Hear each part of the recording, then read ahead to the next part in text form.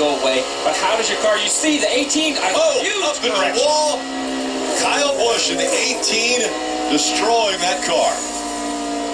Clearly had a mechanical issue or a tire go down, and clearly that just something happened. Something happened. You see him, he's drafting, everything's normal to watch. See, there was a little puff off the right rear. He had to correct the car, and then he got a little bit too much right rear wheel turned to the right and got it up into the wall. But you know, when a tire blows like that, it makes such an explosion. It's so loud. It first startles you, it scares you. Then you have to correct the car, and now you're along for the damage to that car. Watch this view.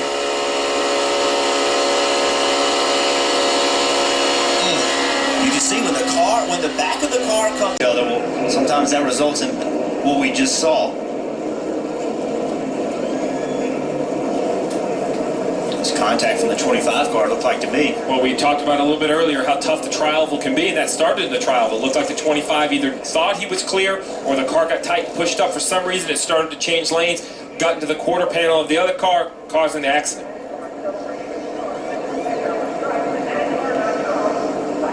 Yeah, the 25 of Scott Legacy Jr. moved up the racetrack. That's the yellow hood on that car, moved up the racetrack. And you don't know if he was trying to get in behind him, or as you talked about, you're in the trial when the car gets a little bit light. Maybe he lost the front of his car, had to chase it up the racetrack. Not real sure, but obviously contact started with him. Alex Gwinnett in the 97 from Montreal, Canada. Got tagged, and then around he went. That's a big hit right there.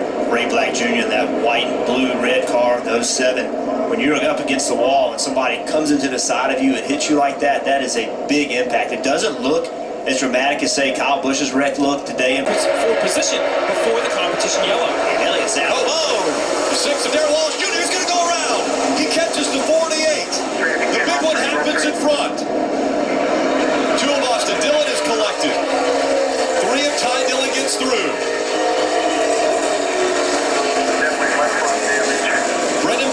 Involved in the 48. You see the 19 part. Daniel Suarez. A win already this season. It all starts right here with Darrell Wallace Jr. and Brendan Poole. You see trying to help the 48, trying to help the 6, but as the 6 moves left to right with contact with the bumper, it spins it out. Heavy contact between the 42 and the 2. The 2 gets airborne, but safety comes back on the tires. And that is why NASCAR does not want these guys locking bumpers. It's why they don't want pushing. And again, it creates this rule that they have to enforce, which is very difficult, but this is why they have that rule. Brendan Poole gets into the back of the 6, trying to help the 6. Didn't get his front bumper lined up to the 6 like he needed to. Got the 6 going in the wrong direction. This works well when done properly, but when not done properly, this is the result. Eric Jones in the 20, also involved. The only driver with a win this season in the Xfinity Series regular that wasn't involved was Elliott Sadler, and that's because he was out front. Here's the contact. Eric Jones fell.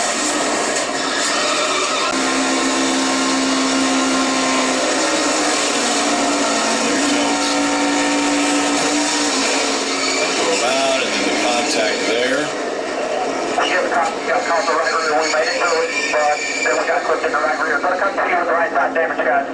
To the right rear corner, and you see that starts to move the tail of the 6 from left to right.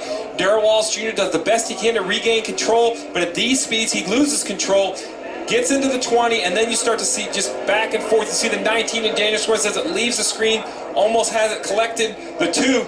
Great to see that car come back onto the ground. We saw cars go airborne in Talladega. That car could have easily went up in the air and flipped over. The roof flaps open, the cowl flaps open, set the 2 back on the ground. Up in the straight, and when he first hit him, there was a big gap. So the first time he hit him hard, and that got Darrell Wallace Jr. kind of out of shape. The next time he hit him, that finished him off. The timing of when and how you bump draft is very important. The first time you hit a guy, you got to roll up to him. You got to drag the brake just a little bit and make slight contact in the corner. On the straight, you can hit a guy pretty hard. The front bumper and the rear bumpers line up really well. But again, you have to pay attention to when you're trying to bump draft a guy. And just a number of parts that get torn up. It's just, and you think you've missed it. Like you think, I'm going to get through it. Next thing you know, somebody's running to the side of you. I've seen this so many times. Dillon. go, and around goes the 20. Aaron Jones spins now. Get it locked down, there's nothing else coming. And the caution comes out. I think he probably cut a right rear tire. He had damage on the right rear quarter panel from the previous wreck. You can see all the tape. Quite possibly the tire got against something that had been damaged and ended up cutting the sidewall of the tire. That would be my guess. I don't know for sure, but I'd say that's a pretty good guess. Ty Dillon doing a little bit of a shove there. Oh, and another one around is going to hit the inside wall. That is the 19 of Daniel Suarez. Let's take another look. Just might be contact between the two cars. It looks at this point that the tires are still up until they lock up. We can't see the left front. You see the right front below there as it slides across the pavement. But right here, you're going to see a great shot of the impact. Watch the soft wall. Watch how much it deforms as that 19 hits it. You're going to see how it absorbs the energy right here. A big hit. Great wary hit. You know, a few farther feet down, that wall turns back out to allow the safety vehicles come in and out. Luckily, he hit where he did. But it was great to see him drop the window, as you mentioned, Jeff. Yeah, I don't like that wall when it turns out like that. I wish the wall could continue straight and they move the inside wall. But you see right here, he got up the racetrack. I don't know if he had a problem prior to that. Obviously, he either had a tire going down or a handling issue. He got up the racetrack, got into the side of the car beside him, and that got him going in this direction. Big impact. Yeah. Again, you know, thank you to Daytona International Speedway for putting these safer barriers up all the way around the racetrack. Again, you cannot control where these cars are going to hit. Who's currently running second, and around goes to 15. Ryan Ellis slides sideways. The right rear goes down. Ellis was running in the 10th spot. See Ryan Ellis on the bottom of the racetrack. Everything looks normal and calm right there. It gets a little bit loose, get in the corner, but everything seemed to settle down. Obviously, he had a tire going down. You saw the big sparks come out of the car. Tire was going down. Car got lower to the racetrack. Did a really good job of not hitting anything. So really doesn't have any damage. I don't think the splitter ever hit very hard. I think he's in pretty good shape. Again, when you spin at Daytona in front of cars, you don't have major contact. You consider yourself lucky. Get on pit road. You have to drive. You have to block. You have to do everything you can. Oh, spin. Got a caution. We're going to have a caution as they spin behind. This time it's the 92. Excuse me. 93. That's David Starr in the 93 around, and the caution comes out again. See David Starr on the inside as he entered turn 3. He got loose on the inside of the 14. He just couldn't get away from him and chased the race car, spun in front of the 4, nowhere Brendan Poole can go. Don't know if he had a tire going down, had some sort of an issue, but they entered turn 3 really close together. I don't know if he was pulling the air off the nut. Dropping back a few spots. Justin Allgaier giving a shove to Eric Almirola, and into the wall goes David. David Reagan slamming into the wall. Darrell Wallace Jr. quick across the inside wall. The caution has not come out. The race is still on. Justin Allgaier on the high side. Eric Almirola on the bottom of the racetrack. Coming out of turn 4. And the caution will come out. Now we'll have to go back to video to find out who was in the lead when the caution light. Earlier with the water temperatures, the debris is completely removed. We've talked about Brad Keselowski being proficient at restrictor plate racing. 4 wins, and we've got trouble behind him, Rick. Around they go. It looked like it was Eric Almirola that was the first to go sideways and then collecting numerous cars behind him. May have been the one of Jamie McMurray. It was a light blue car. Chase Elliott. That's Sun Energy 1. It was McMurray in the 1. See McMurray and Jimmy Johnson. Jimmy comes up, and then McMurray actually comes down and gets onto the left front. It's all from there. I mean, we talked about it earlier. As soon as somebody makes a mistake and you're in this big pack of cars, you're going to take a lot of people with you. It's just how it happens. You can some of these cars riding around the back actually got in the rack as well. So one mistake by a driver, a mistake by 2 drivers, and this is what happens. It's not just those 2.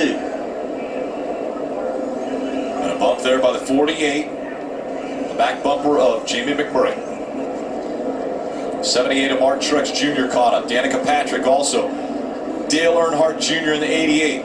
Brian Scott up on the hood of the 4 of Kevin Harvick. Chris Buescher, 23-year-old out of Prosper, Texas, was involved.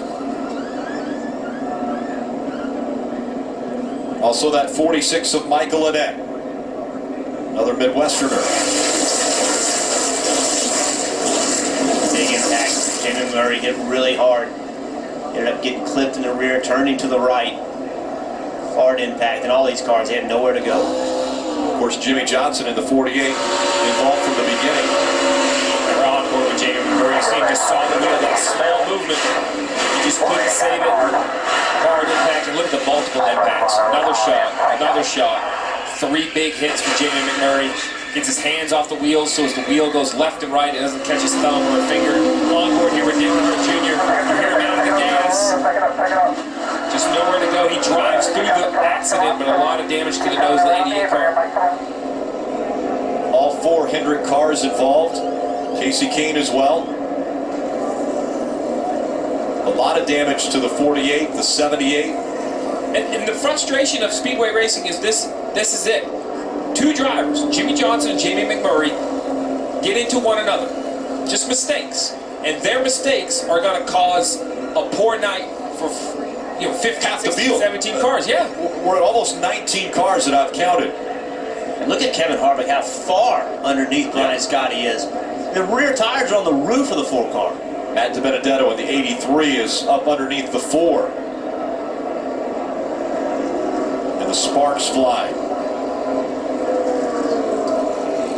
So much sheet metal damage. And things happen so quickly. But you can see the 1 car, 48 moves up, and at the same time, now the 1 starts moving down, just barely clips him. Then he gets into the side of his teammate. Then he has to slow down to keep him wrecking, and the 48 gets into the back of him. So, kind of it looked like to me at the same time, they just kind of got together. The 48 moved up, the 1 moved down, and it started every And Jimmy was thinking 3 wide, and the 1 didn't think he would be in that lane. On board with Kevin Harvick, you mentioned the 44. You hear him out of the gas, all the brakes. Absolutely nowhere to go. You see his view, a car on his windshield.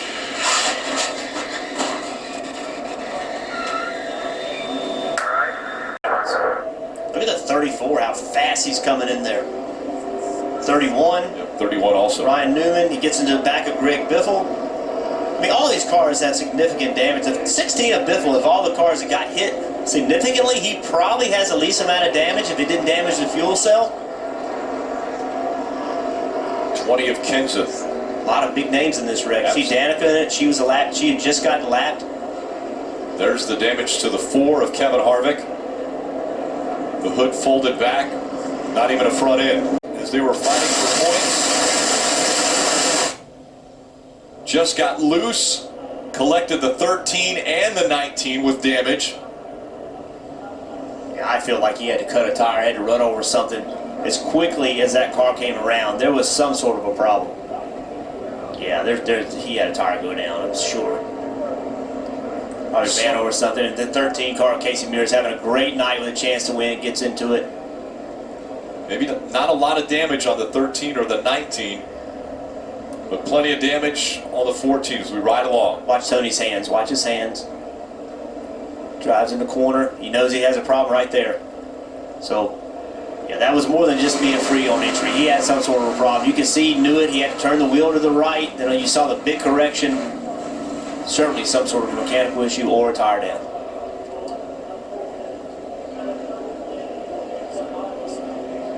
Casey Mears, as you mentioned, having a great night, nowhere to go. Ryan Blaney, that seems like that is pretty severe contact on the right front of Ryan Blaney's car.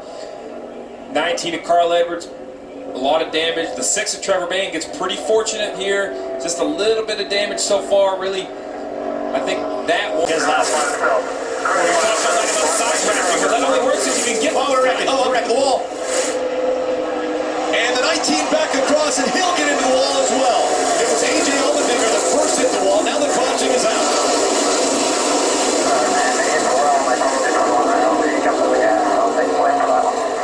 Also damage to Bobby Labonte. Again, the 47 of A.J. Allmendinger comes up the racetrack and has a little help there. Yeah, the 42 and the 15 got together first, and that got the 15 up the racetrack, and that's what started it. Yeah, then the chain reaction. The 19 looks like he got out of the gas. The 21 was behind him, didn't get out of the gas as quick, got into the bumper of the 19. That's just the chain reaction. Yeah, this start, see the 42? 42 checked up, the 15 was in the back of him, he got up the racetrack. 10, 12 cars behind. These guys getting the wreck. Had nothing to do with the start of it, but they got the worst of it. Fifth caution of the night.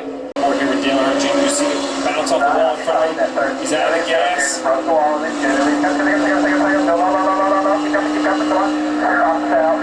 Through 3 and 4 for the final time. Out of turn 4. They'll see the finish line. Brett Keselowski out front. Around goes Kurt Busch. Keselowski's going to hang on. Keselowski wins the Daytona.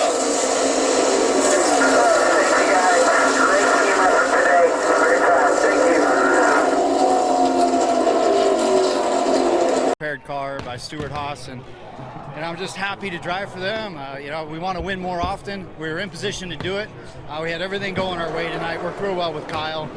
We knew we had our work cut out for us to beat Kez and to beat Logano, but Logano, you know, you got to concede the fact that you're not going to have a chance to win. So the best thing he could have done was to push us to see if he could get ahead of the 18. So it's the way it works out. You know, our 41 car, Haas Automation, Monster Energy. Thank you guys.